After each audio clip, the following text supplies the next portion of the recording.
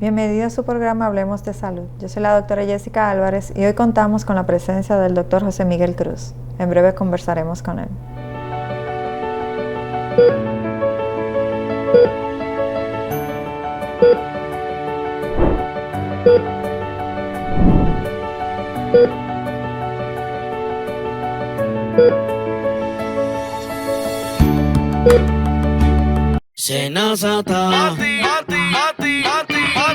Descubre todo lo que puedes hacer con los canales alternos Senasa. Si ingresas a la app Senasa en la opción Servicios, Solicitud, puedes realizar tus preautorizaciones médicas desde cualquier lugar. Y si necesitas verificar el estatus de tu solicitud, también lo puedes hacer desde casa, ya sea en la oficina virtual www.arssenasa.gov.do o desde la app. Senasa, nuestro compromiso es tu salud.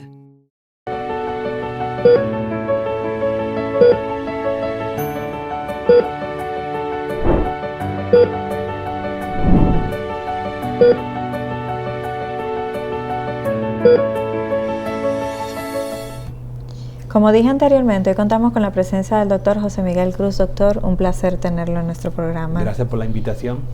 Doctor, usted es médico patólogo. Entre todas las áreas de la medicina, doctor, ¿cómo usted se fue por esa área? Porque yo creo que esa es una de las que menos le gustan a los médicos. Realmente hay que tener pasión por lo que se hace. Sí. Siendo estudiante, cursando la materia de anatomía patológica, vi el campo de acción que tiene el médico patólogo. Nosotros tenemos interacción con toda la sociedad, con todas las especialidades médicas. Sí. Tanto con un pediatra al momento de un paciente, por ejemplo, ser sometido a un procedimiento quirúrgico, ese tejido va a un patólogo, un ginecólogo que hace la toma de la muestra. No necesariamente para el diagnóstico de un cáncer, sino que cualquier alteración que amerite la toma de muestras, ya sea de células o de tejido, ahí interviene el médico patólogo. Sí. Básicamente, al momento de nosotros de estar frente al microscopio, tenemos un reto, y es el darle la respuesta a un paciente. Sí. Y eso realmente es una parte que me apasiona.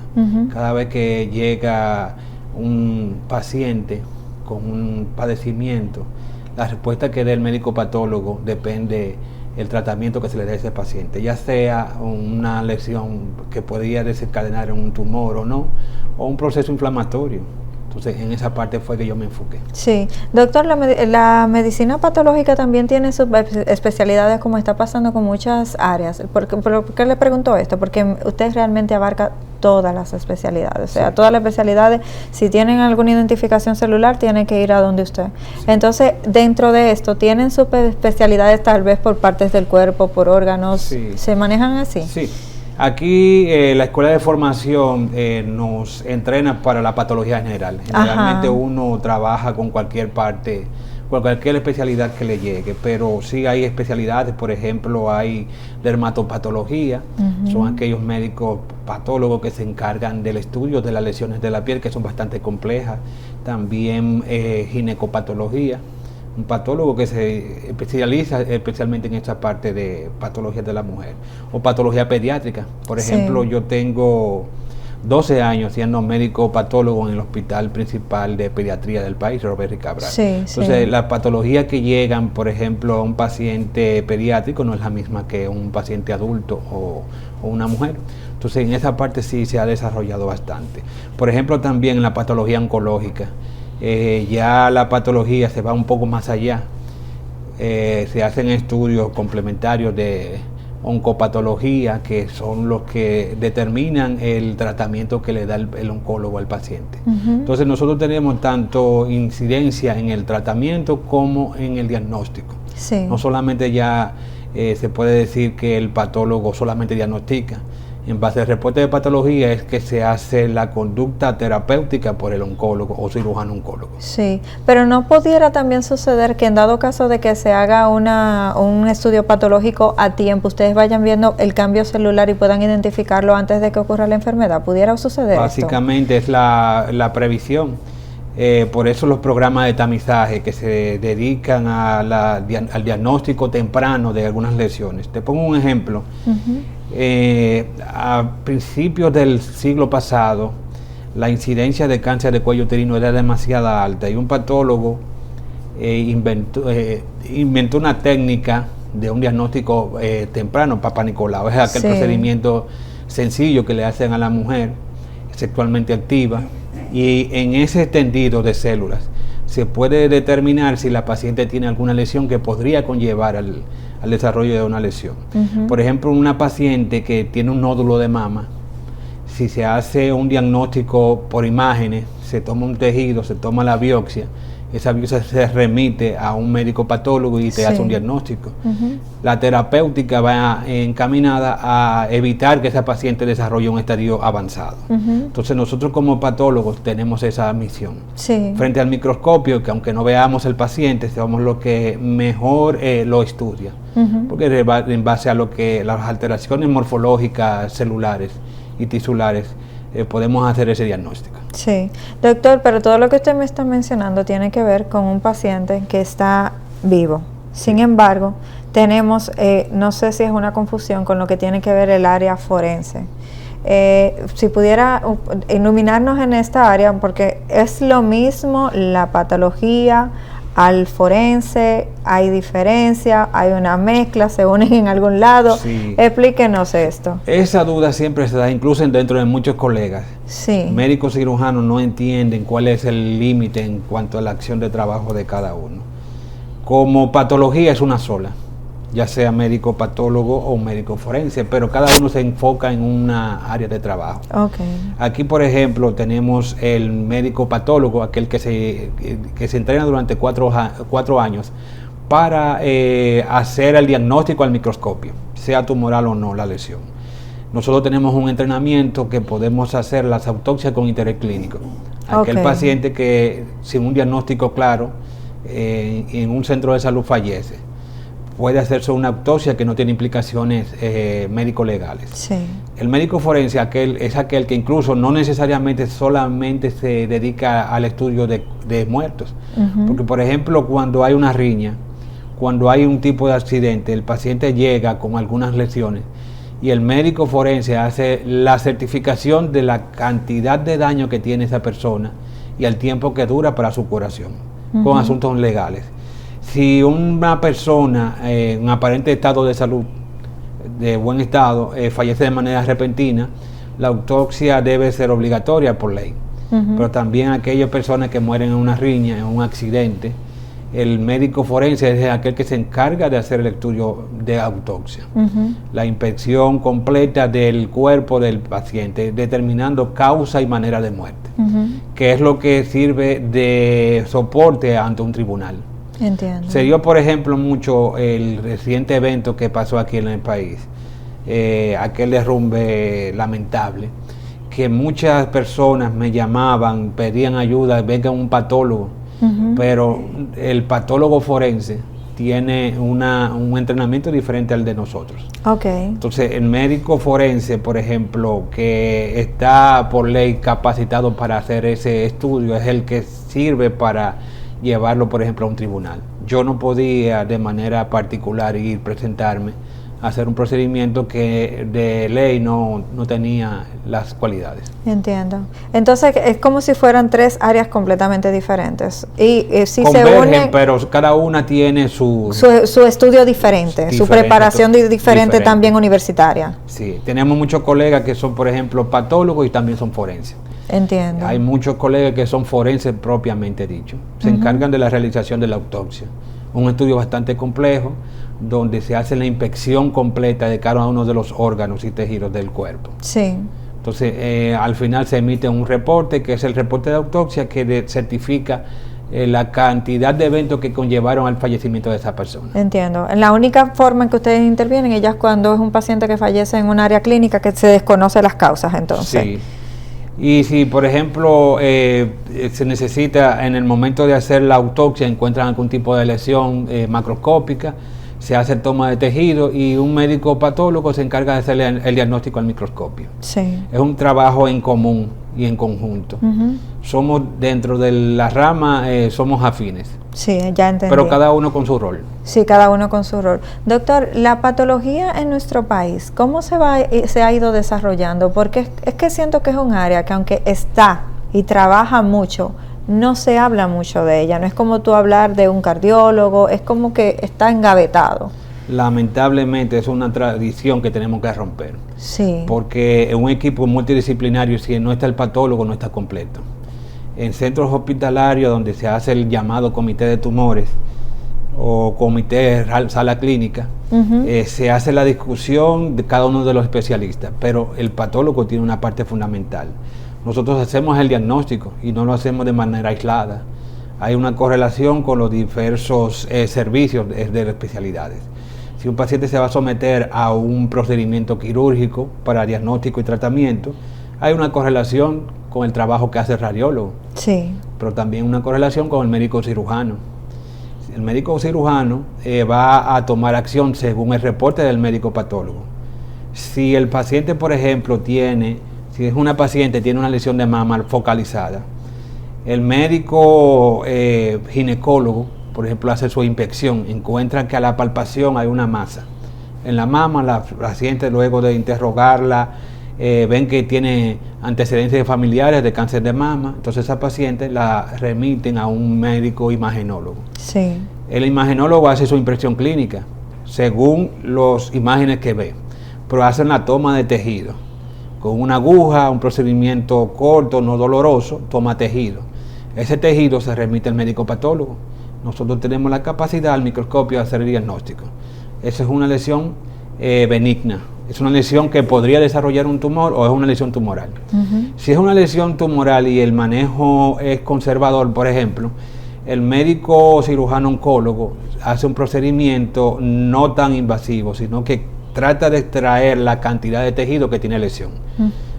En el mismo momento de la cirugía, por ejemplo, se remite tejido para saber hasta dónde puede el cirujano hacer cortes de la mama.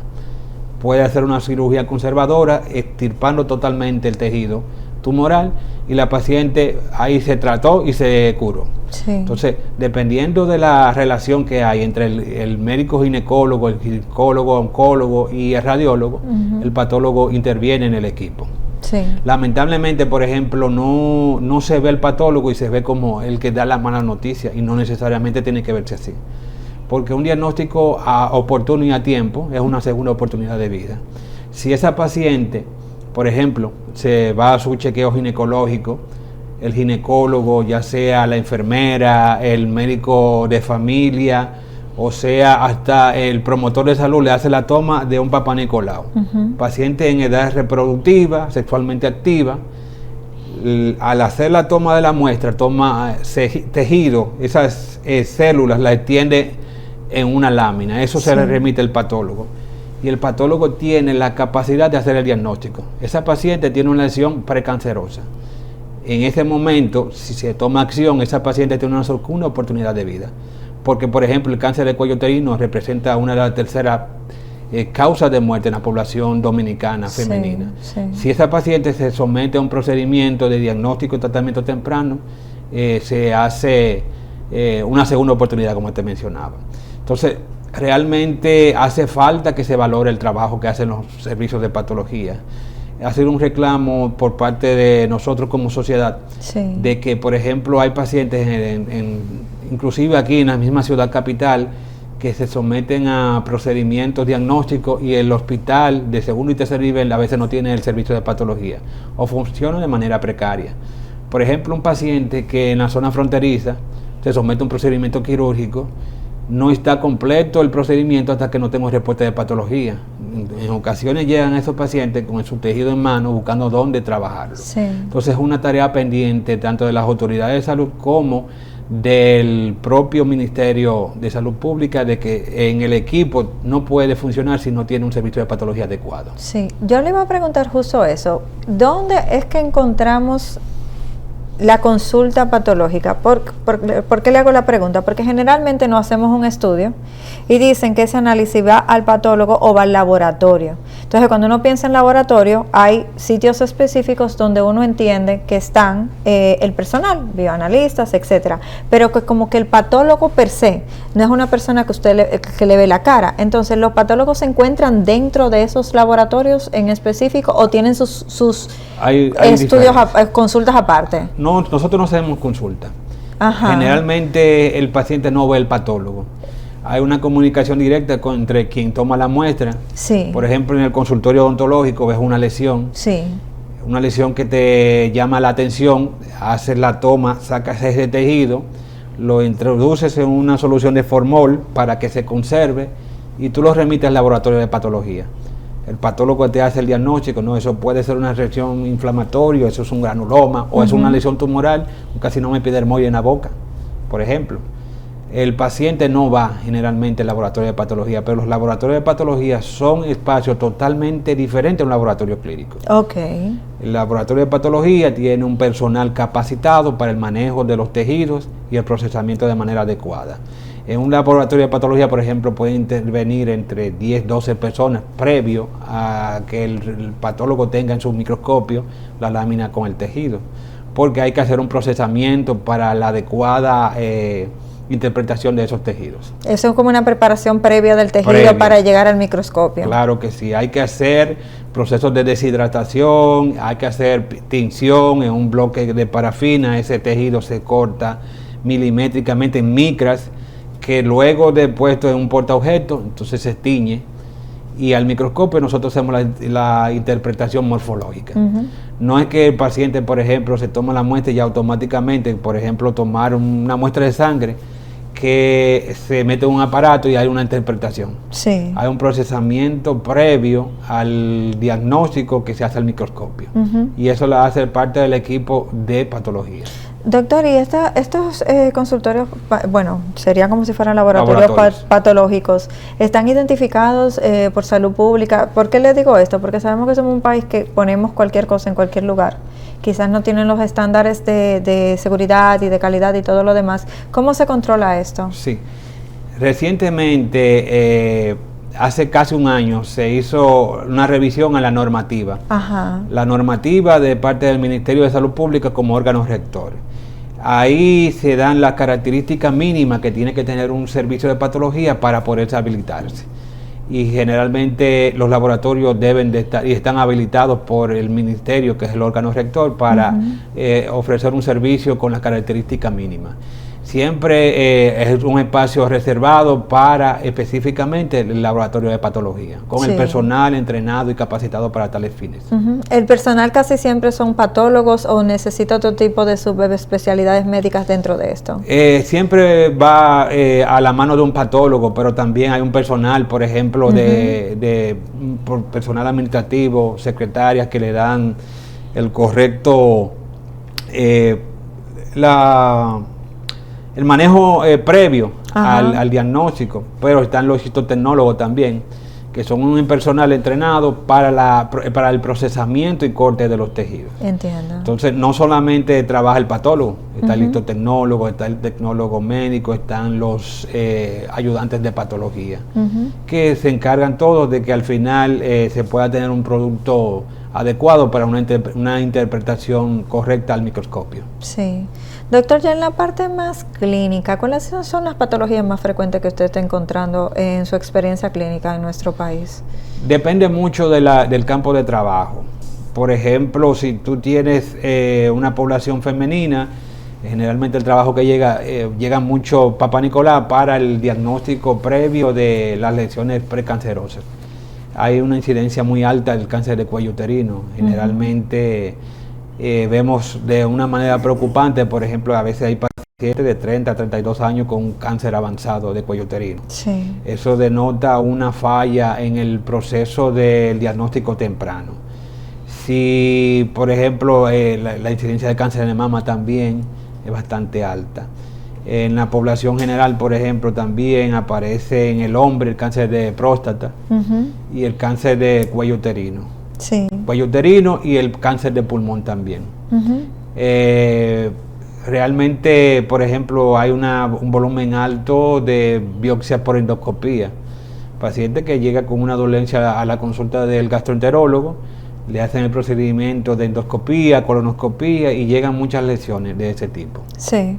En la parte de, en la parte de la población de hombres, mujeres y niños, por su comportamiento, quizás de sus células y todo lo demás, ¿se pueden encontrar en cada población patologías diferentes muy marcadas? Sí. Por ejemplo, en la población pediátrica aparecen lesiones que solamente en pediatría se ven, tumores renales, tumor de Wills, nefroblastoma, aparecen diferentes lesiones a nivel también cerebral. Cada población tiene una característica, una epidemiología diferente. Hay lesiones que solamente aparecen en una población específica, que son las que llevan al estudio. Entiendo. Doctor, si usted tuviera que empezar a cambiar el sistema para un mejor trabajo en su área, ¿cuáles serían esas cosas que usted entiende que deberían hacerse? Hay que reforzar los programas de detección temprana de cáncer. Sobre todo. Cuando un paciente llega a un estadio avanzado, ya sea un cáncer de mama, un cáncer de pulmón, un cáncer de próstata, un cáncer de colon, es una carga para el sistema de salud.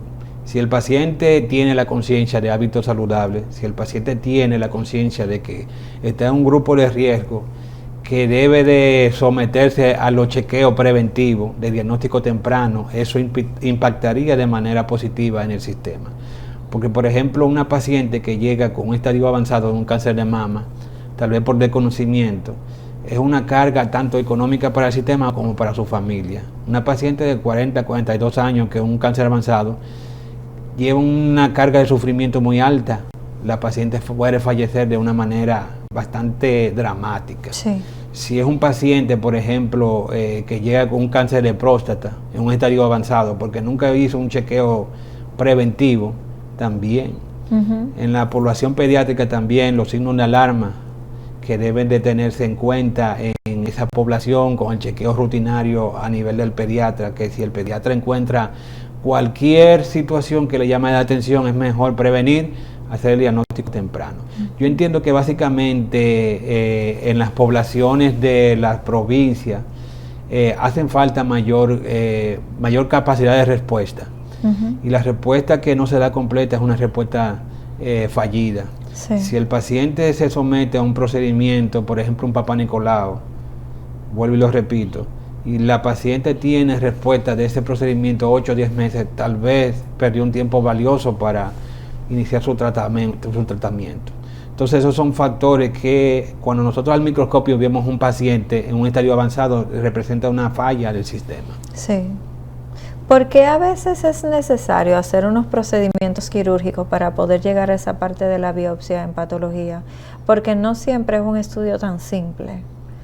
Depende el órgano afectado, porque hay que hay estudios no invasivos, pero hay estudios que conllevan, hay que hacer una biopsia abierta, excisional, porque hay que sacar tejido de ese paciente. Es por la ubicación más del órgano que otra cosa, que hay que hacerlo de esta forma, y el tipo de lesión. Por ejemplo, por endoscopía se hace un procedimiento, se seda al paciente y se toma tejido para hacer el diagnóstico al microscopio. Pero hay órganos que solamente abriendo el paciente es que se puede llegar al diagnóstico. A veces se puede hacer por imágenes sonodirigidas con aguja, pero no siempre es posible. Sí. La calidad del tejido también que llega es valorable. Sí. Doctor, y así como se hacen estudios cuando se tiene sospecha de una patología, luego de que este tratamiento haya terminado, ¿siempre es necesario que el paciente se haga otros estudios después por si hay algún cambio en el área afectada? Sí, generalmente dependiendo de la lesión, hay pacientes que con el diagnóstico y tratamiento quirúrgico ya se curaron. Por ejemplo, si es una paciente que tiene un nódulo de mama en un estadio inicial bien tratado, si se hace una resección completa de esa lesión, la paciente solamente tendría que tener un seguimiento cercano por imagen para dar la certeza de que no quedó algún tejido dañado con alguna lesión en la paciente. Sí. Pero sí, siempre el paciente que lleva un evento lleva por regla general un chequeo por lo menos 5 años seguidos para ver si está libre de la lesión. Sí. Dependiendo si lleva un tratamiento de quimio o radioterapia o ambos a la vez. Dependiendo del tipo de patología es el seguimiento del paciente. Sí, en su experiencia hay lesiones que han sido más difíciles de detectar por su comportamiento, que quizá tiene un diagnóstico diferencial complicado. Sí, muy frecuentemente encontramos lesiones que hay que hacer estudios complementarios, estudios de inmunohistoquímica para determinar la lesión que le dio origen. Por ejemplo, a veces hay lesiones que llegan al pulmón y tienen una diferenciación que no se sabe si es una lesión primaria o no, si es una lesión metastásica. Entonces se hacen estudios complementarios para saber si ese paciente tiene una lesión en el pulmón, por ejemplo, sí, que fue un nódulo que hizo metástasis, sembró, por ejemplo, una lesión de próstata o de colon.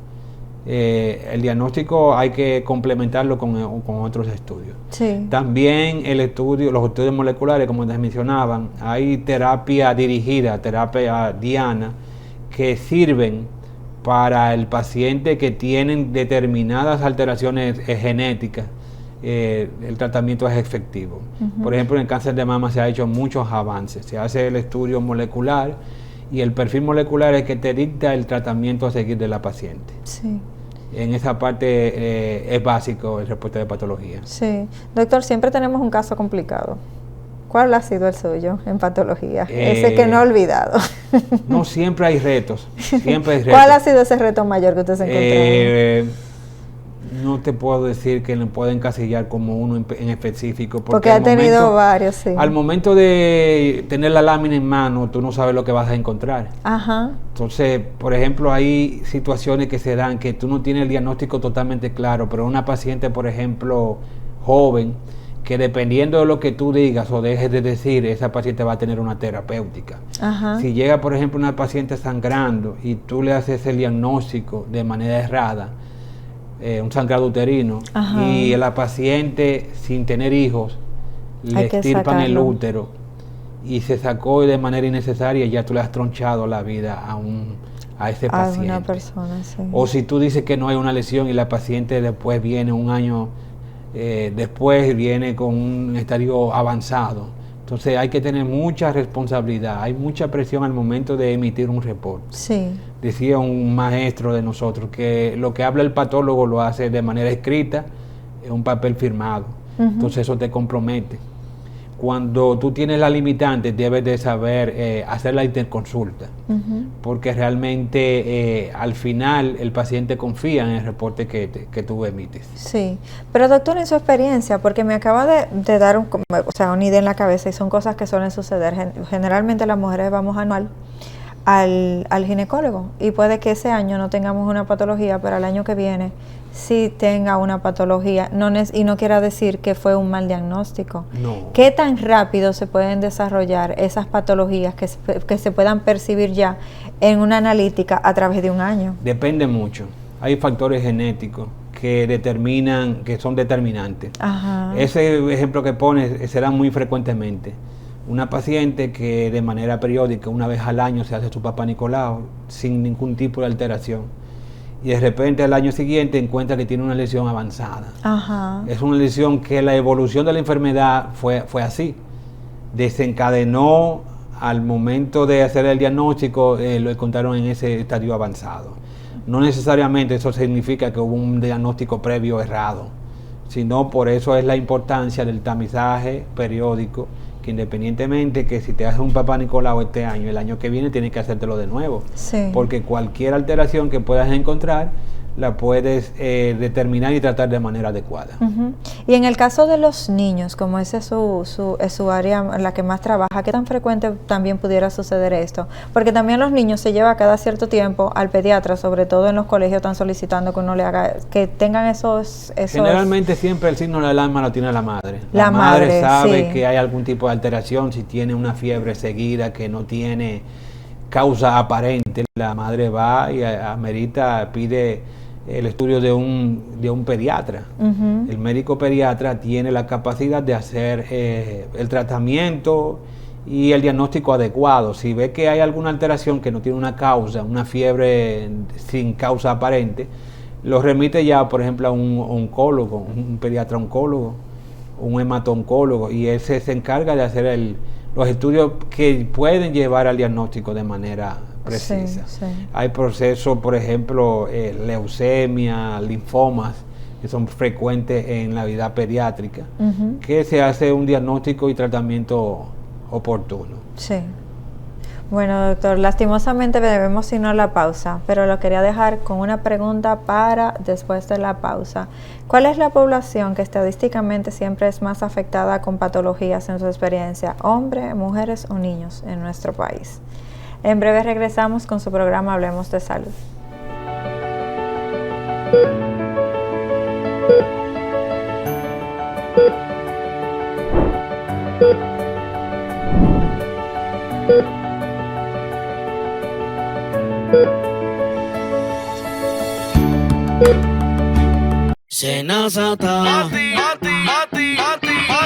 Descubre todo lo que puedes hacer con los canales alternos Senasa.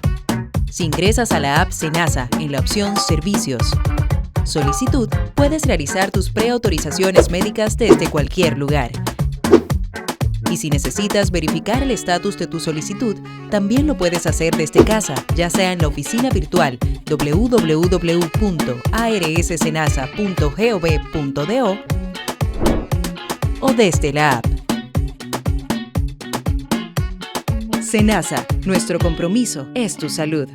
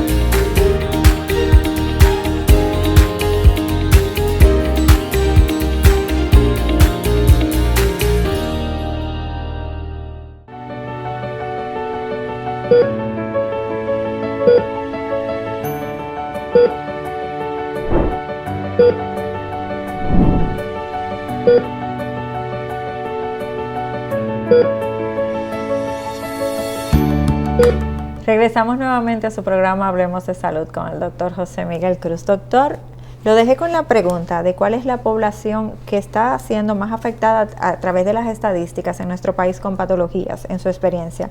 ¿Hombres, mujeres o quizá los niños? Depende mucho, porque hay poblaciones dianas. Si tú te vas a una zona donde hay muchos fumadores, vas a encontrar una incidencia alta de cáncer de pulmón. Si estás en una zona que hay una alta prevalencia de infección por virus del papiloma humano, la paciente tiene varias parejas sexuales, tiene una historia de no chequeo adecuado, vas a encontrar un cáncer de cuello uterino. Hay poblaciones específicas, alteraciones genéticas que predisponen al desarrollo de algunos tumores en pediatría. Entonces es muy variable. Si te vas a un hospital oncológico vas a ver todo lo que es tumoral. Si te vas a un centro donde se manejen patología gástrica, vas a ver muchos procesos inflamatorios crónicos en pacientes que van a esa población. Si vas a una población, por ejemplo, generalmente de tez blanca, sin protección al sol, pueden encontrar lesiones de piel. Entonces es muy variable, realmente. No hay una sola parte donde tú te puedes encasillar, porque cada población tiene sus características. Sí. Doctor, en la parte de microscopio, que es su fuerte, cuando se encuentra con una lesión maligna y una lesión benigna,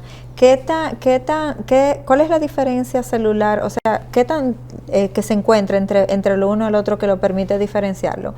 Sobre todo porque siempre se ha escuchado, no sé si es un mito, si te duele, no te preocupes porque es benigno. Pero si no te duele y te encuentran una lesión, corre porque el comportamiento es más agresivo. Es un error ese, porque realmente no puede decirse. Generalmente asocian el dolor ya a un proceso ya crónico y avanzado. Sí, exactamente. Realmente, pero que no haya dolor no quiere decir que no sea una lesión de preocupación. Ajá. Al microscopio siempre nosotros hacemos la identificación de buscar la identificación del tejido lo más parecido al tejido normal. Hay cambios que se dan reactivos, que son inflamatorios, que tú al microscopio lo identificas. Pero la lesión tumoral es totalmente diferente al tejido normal. Si te llega, por ejemplo, una lesión de la mucosa oral, tú identificas morfológicamente al microscopio el epitelio escamoso que recubre la cavidad oral. Sí. Entonces hay una pérdida de la relación morfológica, núcleo agrandado, pérdida de la polaridad, que al microscopio es lo que nosotros identificamos. Nosotros somos morfologistas. Sí. Buscamos la manera de identificar lo más parecido al tejido normal. Si hay una alteración, nosotros tenemos la capacidad de saber. Son cambios reactivos, son cambios inflamatorios, son cambios que podrían desarrollar una lesión tumoral o un tumor francamente. Sí. Si es un tumor de esa zona, saber si es un tumor primario de esa región o si es un tumor que hizo metástasis, sembró hacia ese lugar. Al momento de hacer el diagnóstico también, no solamente es poner el nombre al tumor, sino saber la característica, el tamaño del tumor y el grado de infiltración que tiene. Si al momento de hacer la cirugía, por ejemplo, tiene una lesión en muslo, el cirujano hace un corte buscando la manera de resecar la mayor cantidad de tumor, al momento de nosotros hacer el diagnóstico podemos decirle sí, sacó totalmente la lesión tumoral. No hay evidencia histológica de lesión tumoral en el tejido que queda en el paciente. O no, el paciente quedó con lesión. Al momento de hacer el corte quedó rastro, quedó tumor. Sí. Un paciente que tiene que ser reintervenido o con una terapia mucho más profunda, ya sea con quimio o radioterapia. En esa parte nosotros nos encargamos al microscopio de hacer el diagnóstico. Sí. Doctor, ¿y puede que haya que entre esos cambios celulares quizás no necesariamente sea por una patología? Que sea simple y llanamente un cambio que tal vez no vaya a causar ninguna repercusión en la salud del paciente. Sí, ¿o sería muy extraño? No, puede ser porque hay cambios metaplásicos, que es la adaptación de aquel tejido, que no es tumoral, pero sí se hace el diagnóstico. Hay muchísimas patologías infecciosas que al momento de hacer el diagnóstico nosotros los vemos. Por ejemplo, a nivel gastrointestinal hay muchas patologías inflamatorias que tienen sintomatología bastante agresiva en el paciente y no son tumores. Sí. Y se hace el diagnóstico. Tiene un tratamiento totalmente diferente, pero el que el paciente vaya y se someta a un procedimiento que necesite el diagnóstico de un patólogo no necesariamente tiene que ser por tumor. Puede haber algunos cambios cuando el paciente se somete. Bueno, voy a hacer la pregunta, no importa. ¿Saben? Mire, le voy a decir por qué lo hago. Porque cada esquina a veces encontramos estos anuncios de las medicinas naturales o medicinas tal vez a través de curanderos y todo lo demás. El paciente decide irse por esa área esperando mejoría. Pero usted como patólogo, cuando le llegan estos casos que son por descuido, no por descuido, sino por otras alternativas de tratamiento del paciente, cuando usted le hace el estudio, ¿en qué condiciones usted ha encontrado a estos pacientes, doctor? Dependiendo de la sintomatología que tenga el paciente, porque a veces llega con daño hepático. Va al gastroenterólogo y el gastroenterólogo hace estudio de imágenes, ve una sonografía que no ve el hígado, la función hepática está alterada. Hace una toma de tejido, ya sea por una aguja, se remite al patólogo y nosotros hacemos los estudios que son necesarios para saber la cantidad de daño que tiene, por ejemplo, a nivel hepático o a nivel renal, por ejemplo. Pacientes que tienen consumo de sustancias o cualquier otro tipo de medicamento que haga un daño renal, al momento de verlo al microscopio se hace el diagnóstico. Sí. Por ejemplo, hablando del riñón, cuando se hace un trasplante renal, por ejemplo, se está buscando la manera de que el país se haga costumbre la donación de cadáveres, donantes cadavéricos.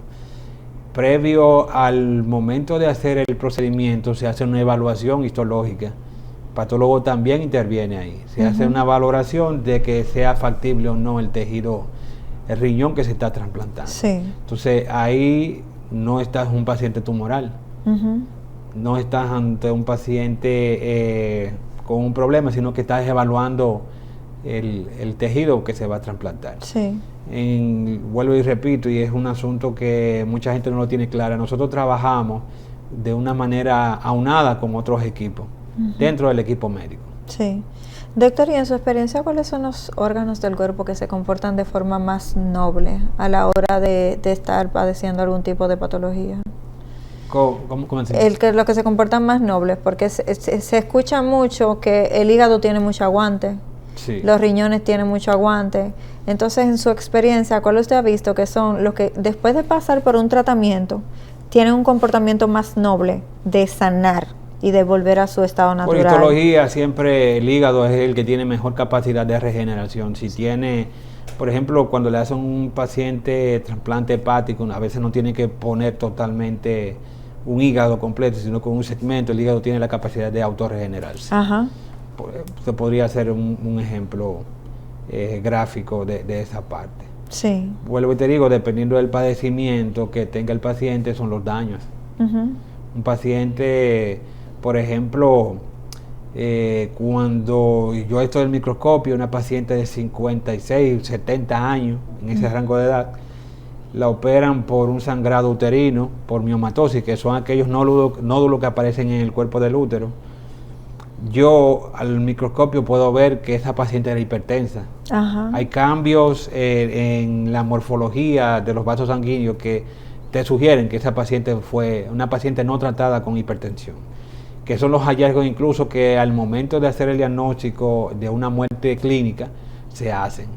Se hace el estudio de la correlación, mira, ese hígado, ese vaso, ese riñón está pequeño de tamaño, y se hacen los cortes y tú dices, ese paciente tenía un daño renal crónico que conllevó a causante de, y se hace la correlación de la causa y manera de muerte, por ejemplo. Sí, ya entiendo. Doctor, y usted acaba de mencionar la parte de los trasplantes. Cuando se consideran o se deben realizar trasplantes, ¿cuál es el trabajo del patólogo en este proceso? ¿Va identificando compatibilidades o quizás trastornos que puedan tener entre un donante y un recibidor? Para un trasplante, por ejemplo, que no es mi área, sí. intervienen a veces hasta 50 personas, porque hay que saber incluso hasta del manejo psicológico del que recibe. Del que recibe, sí. Pero, por ejemplo, se da la situación de que se necesita saber si el riñón tiene capacidad vital, si está histológicamente sin daño. Sí, por eso se lo pregunto. Y ahí, por ejemplo, el microscopio, de manera temprana, rápida, nosotros podemos hacer el diagnóstico. Sí. Sí, está factible para el procedimiento. Sí, siempre hay una confirmación que se te debe hacer a través de patología de cualquiera de los órganos que se vaya a hacer. La mayoría, en su por ejemplo, momento. a nivel renal, porque a nivel hepático ya es otro procedimiento que por la función hepática el cirujano sabe si tiene o no factibilidad el procedimiento. Sí. Aparte del área de la oncología, ¿cuál es y la ginecología, que son las dos áreas donde más se menciona al patólogo? ¿Cuáles son las otras áreas en las que más trabajo tenemos en nuestro país en esta área de patología? Es que como patólogo todo tiene que ir bajo el diagnóstico de un patólogo. Si el paciente tiene una sintomatología gastrointestinal, le hacen una endoscopía, toman muestras. Si le hacen una colonoscopía, toman muestras. Si tiene una lesión que le llamó la atención al gastroenterólogo, una lesión polipoide, que es aquella que se ve sobre la mucosa del colon, el patólogo te dice eso es inflamatorio, eso es una lesión benigna o es un tumor. Si baja una lesión de ginecología, la paciente, por ejemplo, embarazada, llega su embarazo a término, hay algunas complicaciones que se dan que es necesario el estudio de la placenta. Si hay una mortalidad, el producto fallece, también se puede hacer un estudio patológico. Sí. Si la paciente, por ejemplo, tiene una lesión de ovario, se hace, por ejemplo, un procedimiento rápido que es la biopsia por congelación. En ese momento, en el mismo quirófano, se toma tejido, se envía al patólogo y te puede decir que es una lesión benigna o no. Si es una lesión benigna, hay un manejo totalmente diferente a una cirugía radical por un cáncer, por ejemplo, de ovario, que es muy frecuente. Sí. Si el paciente, por ejemplo, llega con un dolor agudo, un abdomen agudo, y le diagnostica que tiene una apendicitis, el cirujano de manera rápida hace el procedimiento quirúrgico, saca apéndice, pero hasta que no tenga el reporte de patología no sabe qué pasó. ¿Fue una apendicitis por una obstrucción? ¿Fue por una parasitosis o fue por un tumor? Sí. Ahí, en base al reporte de patología, se toma la terapéutica. Un paciente con, vuelvo y te digo, un abdomen agudo, hace una perforación intestinal, someten al paciente el procedimiento, sacan un segmento de intestino, hasta que no tenga el reporte de patología no saben qué pasó. Fue un divertículo que se rompió, hizo una peritonitis. Sí. Fue un proceso de una mebiasis severa que rompió la pared del intestino, o fue un tumor. Cada uno tiene un manejo y tratamiento totalmente diferente. Sí. Entonces, todo lo que sale del cuerpo tiene que ser examinado por un médico patólogo. Sí. Ya anda entrando un poquito en el área que no conocemos nosotros, que nada más están ustedes allá adentro. ¿Cómo ha ido evolucionando la patología a través de sus años de experiencia en el diagnóstico de enfermedades, doctor? ¿Cómo comenzó? ¿Cómo va? ¿Hacia dónde va? Esta tecnología, todo esto nuevo, ¿cómo es eso? Sí, hay muchas herramientas nuevas que van ayudando al trabajo del patólogo. Ya hay escáneres que se encargan, por ejemplo, conteo celular. Ya hay procedimientos que pueden hacerse mucho más profundos, como te mencionaba. Ya muchas dinámicas de tratamiento dependen mucho del reporte de patología. Sí. Alteraciones genéticas que tiene la paciente, por ejemplo en cáncer de mama, que te hacen el esquema del tratamiento. No es igual como se hacía hace 20, 30, 40 años, que solamente se ponía el diagnóstico, el nombre del tumor. Ajá. Ya hay un conjunto de procedimientos en patología que son los que dictan el tratamiento. Si una paciente, por ejemplo, es al nivel del cáncer de mama, triple negativo, tiene alteraciones moleculares que conllevan un tratamiento diferente. Entonces, dependiendo del reporte de patología, es el tratamiento. Entiendo. Básicamente, en esa parte se ha desarrollado mucho. Ahora mismo hay mayor capacidad, por ejemplo, en la formación. Fácilmente podemos estar conectados la semana completa con diversas actividades académicas, con colegas de otros países, donde se hacen discusiones de casos, por ejemplo. Entonces, en cuanto al desarrollo de la patología, todavía falta mucho en el país, pero vamos caminando. Sí. Doctor, ¿y cuándo necesita a veces ese refuerzo multidisciplinario? ¿Son casos que ya son complicados o simplemente es una lluvia de ideas para el diagnóstico? La idea es esa, de que se tenga siempre la correlación, porque tú tienes, ante ti llega una muestra, un tejido, tú no puedes ir a adivinar. Sí.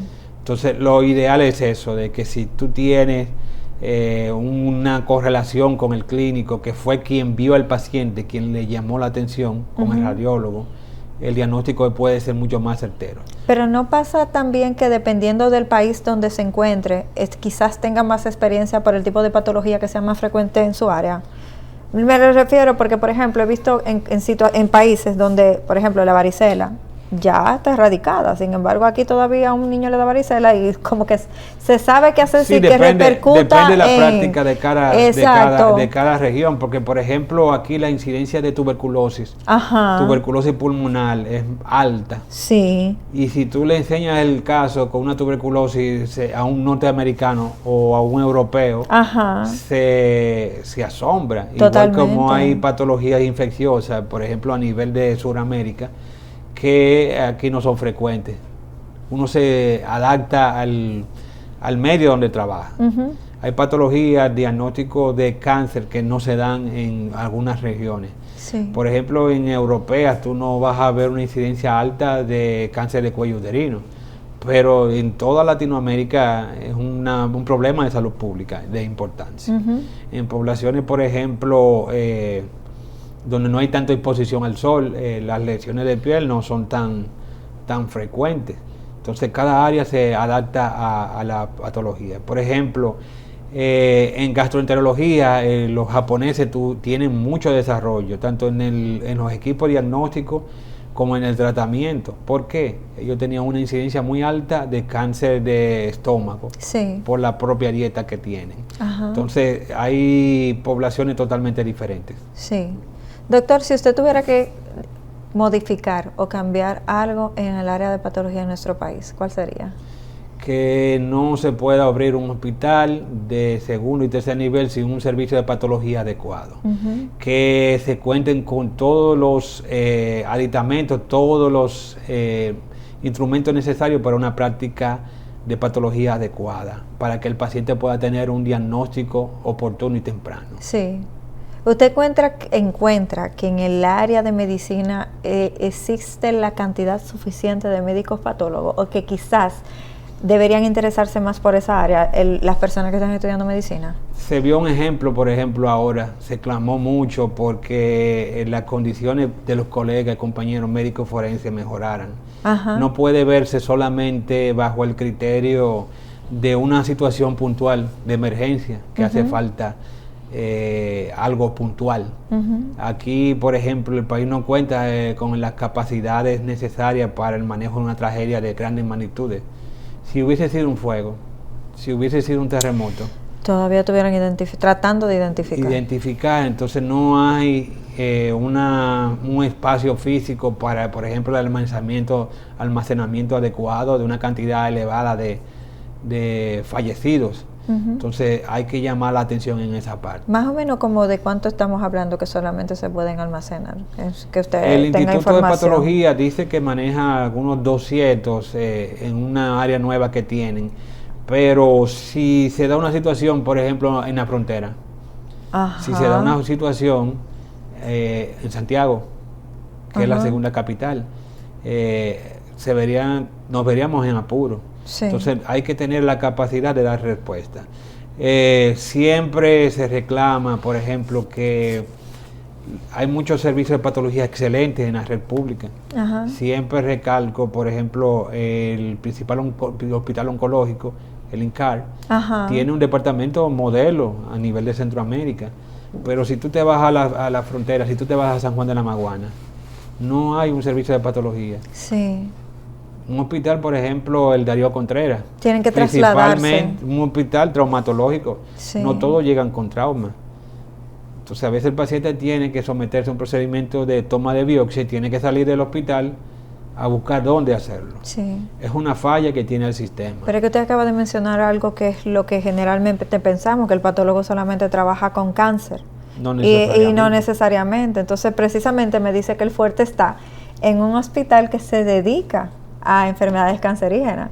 Sí. Entonces ahí sí lo tienen porque lo necesitan, pero los otros entienden que no se necesita. No. Entonces, si la paciente, por ejemplo, está en Salcedo o la paciente está en San Juan de la Maguana, se hace un procedimiento y el principal centro de atención no tiene un servicio de patología en condiciones adecuadas. A veces hay personal y hay la voluntad, pero no hay las condiciones de trabajo adecuadas.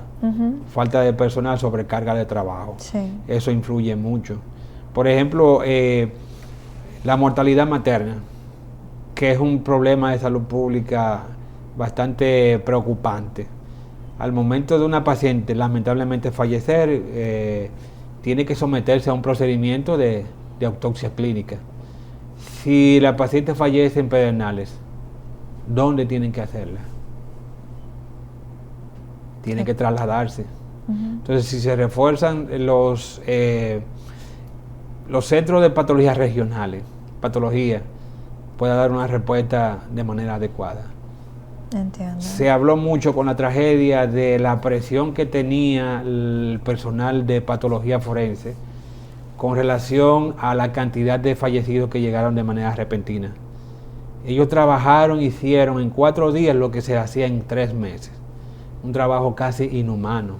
Entonces, hay que prepararse. Si vuelve y pasa, ojalá no sea así, otra tragedia de magnitud, ¿cómo podemos resolver? ¿Cómo se le da respuesta?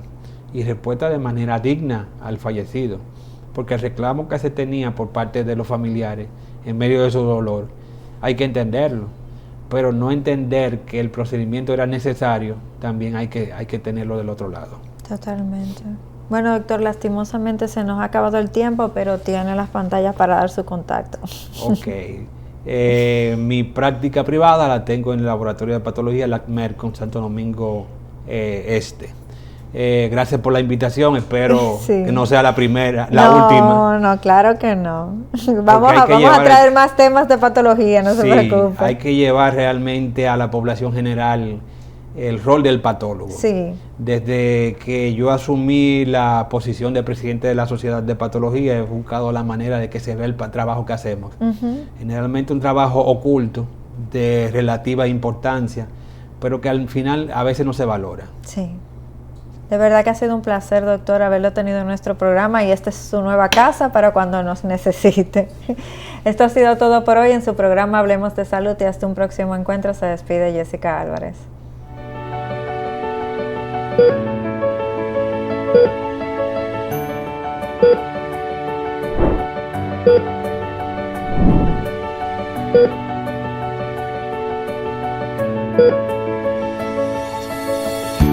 Thank you.